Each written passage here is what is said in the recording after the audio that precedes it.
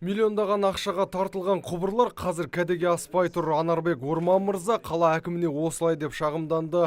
Сөйтіп кәріз жүйесіне қосылуға құлық танытпағандардың тізімін оқи бастады. Су ресурстары маркетингі басшысының берген мәліметіне сүйенсек, орталық жүйені керексіз қылғандар жеке үйлер екен.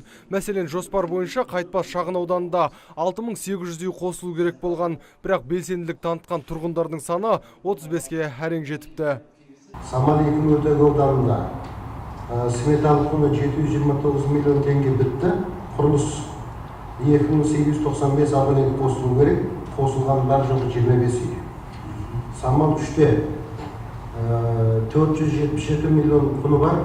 Кәріз жүйелеріне 3100 үй қосылу керек еді. Қосылғаны 20. Тұрғындардың орталық кәріз жүйесіне қосылмауының кесірінен қоршаған ортаға зиян келіп жатыр дейді маркетинг басшысы. Оның айтуынша жеке секторда тұратындар септик қазып, қалдық суды сонда төгуді әдетке айналдырған. Оның канализация жүйесіне қосылмайтын болсақ, әзір теңде көптеген адамдар септигінен көшеде мәшін жалдап алады, қаланың бұрышына төгіп кетіп жатыр. Бұл жағдай санитарлық нормаға да, экологиялық нормаға сәйкес келмейді. Сол үшін мынау санитарлық және экология мемлекеттік басқармалардың басшыларына мен өтініп сұрар едім. Осы жағдайды сіздер бақылауға алсаңыздар.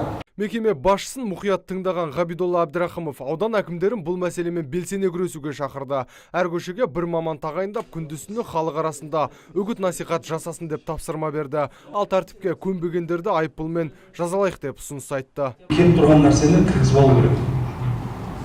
Ертең қор болса, қыстың күні басқа көктемде.